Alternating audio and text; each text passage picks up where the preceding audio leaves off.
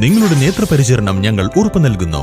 Optical city computerised eye clinic, multi branded optical store, opposite SBI bank, Kizhakkethala, Karuvarakundu. Branch Pookkottumpadam, Wandoor, Karulai, Edakkara.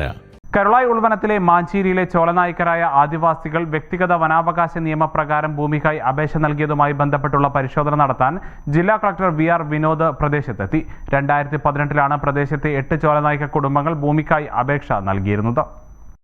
പൂർവികർ ഉപയോഗിച്ചിരുന്ന ഭൂമി IFR പ്രകാരം തങ്ങൾക്ക് പതിച്ചു തരണമെന്നാവശ്യപ്പെട്ട് വനാവകാശ നിയമപ്രകാരമാണ് 2018 മാഞ്ചേരിയിലെ 8 കുടുംബങ്ങൾ അപേക്ഷ നൽകിയിരുന്നത്.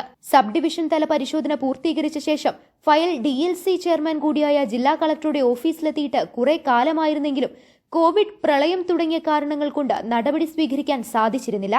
എന്നാൽ ജില്ലാ കളക്ടർ ഇത് സംബന്ധിച്ച് നടത്തിയ യോഗത്തിൽ സ്ഥലം വിട്ടു നൽകാൻ സാങ്കേതിക കാരണം ചൂണ്ടിക്കാണിച്ച് മുൻ DFO തടസ്സവാദം പറഞ്ഞതോടെയാണ് പ്രദേശം സന്ദർശിക്കാൻ ജില്ലാ collector മാഞ്ചേരിയിൽ നേരിട്ടെത്തിയത്.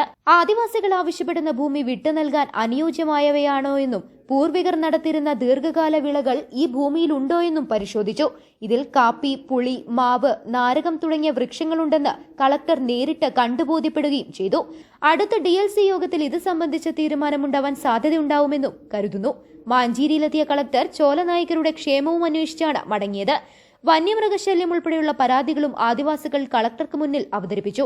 Sub collector Apoorva Tripathi, deputy collector Anwar Sadath, Umesh, ITDP TEO Madhu, Karulai വനം range officer PK Mujeeb Rahman, Pookkottumpadam inspector A Anoop എന്നിവരും കളക്ടർക്കൊപ്പമുണ്ടായിരുന്നു. News bureau, Karulai.